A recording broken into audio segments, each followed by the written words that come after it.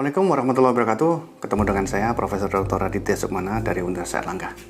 Saya mau nanya sama Anda, kalau Anda ke Singapura, biasanya kemana? Saya tahu jawabannya, pasti ke Orchard Road kan? Nah, kalau Anda jalan-jalan ke Orchard Road, jangan lupa, nggak jauh dari situ ada namanya Ben Collins Street. Ya, Ben Collins Street, di situ ada masjid berbasis wakaf. Ya, di mana lokasinya? Nah, sebelum kita bahas, mari kita lihat dulu lokasinya. Lihat berikut ini, oke?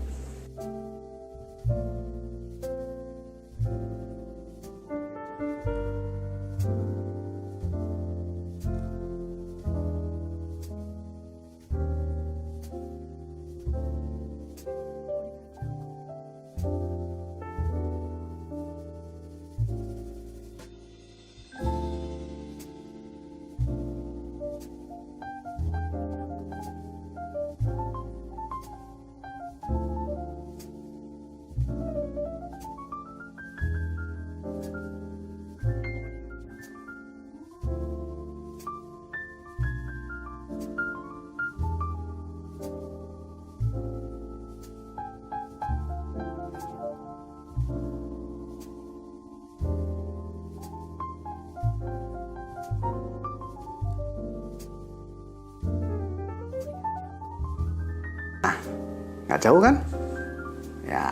Ya jauh-jauh dikit, Singapura nggak terlalu jauh lah. Ya, apa menariknya Ben Collins Street ini? Masjid Ben Collins ini apa menariknya? Ini karena di situ ada masjid yang berbasis wakaf dan wakafnya produktif. Ya, nah mari kita lihat gambar masjid Ben Collins yang lama. Ya, yang lama yang sebelum diperbarui. Nah mari kita lihat. Ini gambar ini. Gambarnya masjidnya sederhana, ya ini saya ambil dari sosial itu. Terus kemudian ya terlihatlah gambar ini memang gambar lama, ya. Kemudian mobilnya juga mobil lama, ya. Nah bagaimana kemudian sekarang seperti apa? Sekarang yang Anda lihat seperti apa? Nah ini saya ambil dari websitenya Waris, Wakaf Real Estate di Singapura. Mari kita lihat. Di situ ada pertokoan, ya. Ini Anda lihat ada masjid, tulisan Masjid Ben Collins. Anda masuk, di situ ada masjid, di basement ada tempat untuk sholat juga, ada toilet, lengkap semua.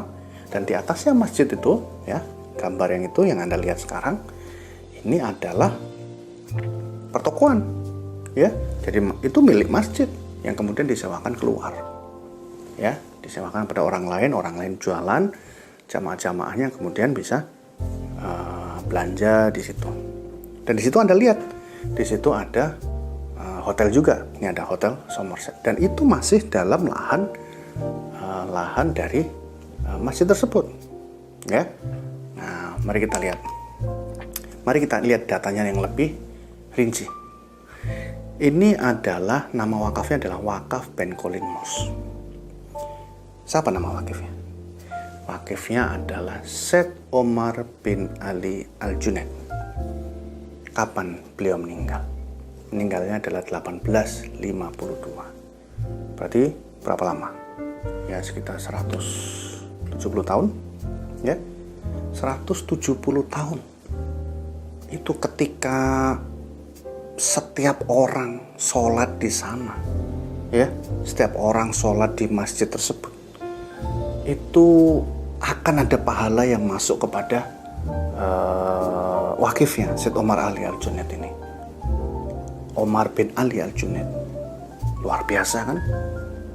Ali Al-Junaid ya itu udah meninggal, tapi pahala itu terus mengalir kepada beliaunya, ya, kepada beliaunya.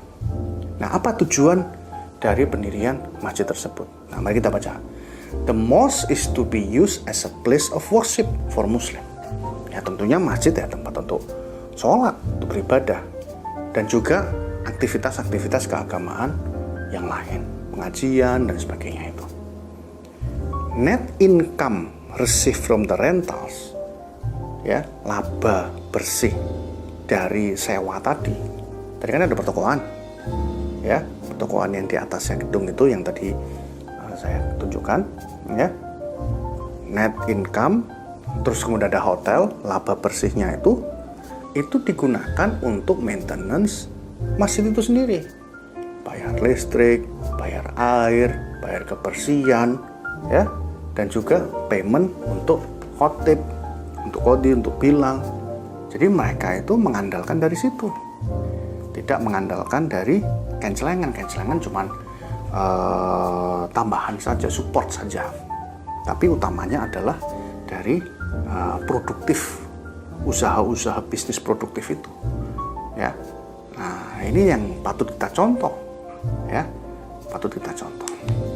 Nah, kita lihat gambar yang lama seperti tadi, sederhana, ya. Dan Singapura itu kan tidak terlalu luas, maka harus ada pemikiran-pemikiran untuk kemudian meningkat, ya, gedungnya lantai lebih atas dan sebagainya itu, ya. Dananya dari mana, ya? Yang bangunan bagus tadi yang sekarang Anda lihat, kalau Anda ke Singapura sekarang, dulu yang seperti apa? Dananya dari mana? Nah, dananya itu adalah dari mengeluarkan apa yang disebut sebagai musyarakah bonds, ya. Musyarakah ini adalah partnership, kerjasama. Bonds, ya, kita taruh dulu lah istilah bonds, karena bonds ini adalah istilah untuk obligasi, ya. Kenapa kok di Singapura pakai bonds dan sebagainya, kenapa tidak pakai suku, ya itu di luar pembahasan kita, nanti Anda bisa cari literaturnya, ya. Nah, mari kita lihat bagaimana strukturnya, ya, struktur arrangement dari musyarakahnya, ya. Di sini ada 3 pihak, yaitu MUIS, Majelis Ugama Islam Singapura. Ada Baitul Mal dalam MUIS itu, kemudian ada waris yang tadi saya sebutkan, wakaf real estate yang di Singapura. Waris ini apanya? Waris ini adalah perusahaan yang didirikan oleh MUIS. Ya, jadi kalau di Singapura, kalau masyarakat Singapura itu ingin berwakaf, maka yang pertama dituju itu adalah MUIS untuk mengucapkan ikrar, ya, penyerahan dan sebagainya. Tetapi MUIS setelah menerima, dia tidak mengelola sendiri, tetapi MUIS kemudian menyerahkan kepada perusahaan yang dia buat, yaitu waris. Waris ini isinya, ya, waris ini terdiri dari orang-orang profesional yang mengerti bagaimana mengelola lahan wakaf untuk menjadi sesuatu yang produktif. Di atas tanah wakaf itu bisa dibangun rumah yang nanti disewakan. Di atas tanah wakaf juga bisa dibangun tempat-tempat perkantoran misalnya, ya, itu tugasnya waris. Ya. Kemudian ada lagi wakaf funds. Ya, jadi 3 pihak ini masing-masing memberikan kontribusi yang berbeda. MUIS, ya, Baitul Mal MUIS itu memberikan kontribusi bahwa dia harus mencari 35 juta Singapura dolar. Ya, itu tugasnya MUIS Baitul Mal. Waris tugasnya apa? Tugasnya adalah, atau peranannya adalah dia memberikan kontribusi skill yang dia punya. Karena waris ini adalah isinya orang-orang profesional, ya. Terus kemudian wakafan kontribusinya apa? Wakafan ini kontribusinya adalah, ya, tanah aset properti tersebut, aset wakaf tersebut, ya, yang nilainya adalah 4,2 million atau 4,2 juta, 4,2 juta Singapura dolar. Kemudian ada cash juga yang nilainya 519.000. Ini kalau di total jumlah semua, ya, kurang lebih 39 juta, mendekati 40 juta Singapura dolar. Ya. Nah, mari kita lihat. Gabungan masyarakat tadi, ingat, ditujukan untuk apa sih? Untuk membongkar tadi gambar yang lama tadi, dibongkar habis, ya. Terus kemudian didirikan yang baru, yang lebih megah, yang bisa menampung jamaah lebih banyak. Ya. Nah, apa yang didirikan? Yaitu servis apartemen, Somerset tadi, ya, yang nantinya kalau sudah selesai itu akan dikelola oleh waris. Ya, kemudian komersial dan masjidnya. Ada masjid, ya, Anda lihat tadi, ya. Kemudian di atasnya ada pertokoan yang nanti akan dikelola oleh MUIS. Ya, nah, yang menarik begini, ya, tadi kan MUIS Baitul Mal itu dia bertanggung jawab untuk menghimpun dana 35 juta Singapura dolar, ya, dengan menggunakan suku, ya. Berapa yang harus dibayar oleh MUIS? yang harus dibayar oleh MUIS kepada investor setiap tahunnya itu adalah 1,0605 juta Singapura dolar per tahun. Ya, tentunya nanti pokoknya juga dikembalikan, tapi per tahunnya itu adalah dia harus membayar kepada investor ya, itu imbal hasilnya adalah 1,0605 juta per tahun. Maka pertanyaannya adalah, loh ini kan bangunannya belum jadi. Dari mana kemudian MUIS bisa membayar 1,06 itu kepada investor? Nah, ini menariknya di sini. Menariknya di sini adalah musyarakah itu, ya, tadi kan membangun servis apartemen dan juga komersial unit dan masjid. Nah, yang servis apartemen ini dikerjasamakan dengan salah satu hotel grup internasional, ya, grup hotel internasional namanya Ascott, ya. Nah, itu diperjanjikan sama Ascott bahwa Ascott akan punya hak selama 10 tahun. Sebagai kompensasinya, Ascott akan membayar uang sewa selama 10 tahun itu dengan rincian bagaimana? Rinciannya adalah tahun pertama Ascott ini harus membayar sewanya itu adalah 1,3 juta Singapura dolar. Tahun kedua sampai dengan tahun ke-10 itu Ascott harus membayar 1,8 juta Singapura dolar. Tahun kedua sampai tahun ke-10. Nah, coba Anda lihat, perhatikan di sini ya. MUIS harus membayar bond investornya itu adalah 1,0605 juta per tahun. Dia mendapatkan dari Ascott itu adalah 1,3 juta Singapura dolar. Nah, berarti kan sudah aman, ya. Arrangement ini menarik karena Ascott membayar, kemudian MUIS membayar 1,06, ya. Tahun kedua Ascott membayar 1,8, ya. Kemudian MUIS membayar 1,06. Nah, di situ kan ada selisih, ya. Tahun pertama dapat 1,3 dari Ascott, MUIS membayar 1,06 kepada bond investor. Tahun kedua 1,8 dari Ascott, kemudian MUIS membayar 1,06 ya kepada bond investor. Nah, itu kan ada selisih. Nah, selisihnya itu dijumlah semua, ya. Selisihnya dijumlah semua, ya. Terus kemudian 70%, 30% itu perjanjian antara MUIS dengan waris.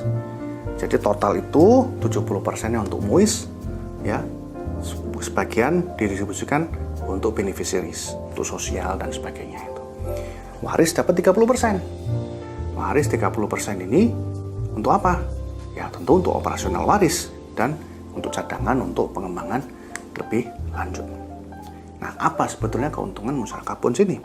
Ya jelas keuntungannya adalah dengan itu membongkar habis masjid yang lama, terus kemudian dibangunkan masjid yang lebih besar, tentunya bisa menampung jamaah lebih banyak. Tidak hanya itu, kalau mereka cuma membangun masjid saja tanpa ada bisnis unitnya, maka pertanyaannya adalah nanti operasional itu mengandalkan dari mana? Dari kencelengan kan? Nah, apa cukup? Nah, dengan ada musyarakah bonds ini kemudian ada pertokoannya dan juga ada hotelnya, ya, itu laba itu bisa masuk lebih banyak, ya, dari sewanya, dari orang yang nginep di hotel Somerset itu bisa lebih banyak lagi.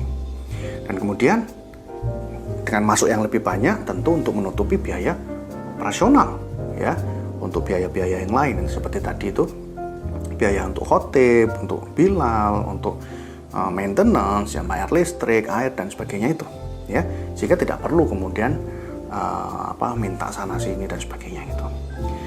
Kemudian yang otomatis yang akan terjadi adalah multiplier efek ekonomi, ya, karena kalau kita lihat orang Singapura kan tidak terlalu besar ya dari sisi luasan pulaunya dan jumlah penduduknya gitu ya, tetapi menarik untuk karena perdagangan dan sebagainya itu luar biasa di sana. Sehingga kalau orang mau ke Singapura, apalagi orang Muslim yang mau ke Singapura gitu ya, dia kepingin cari hotel yang dekat dengan masjid.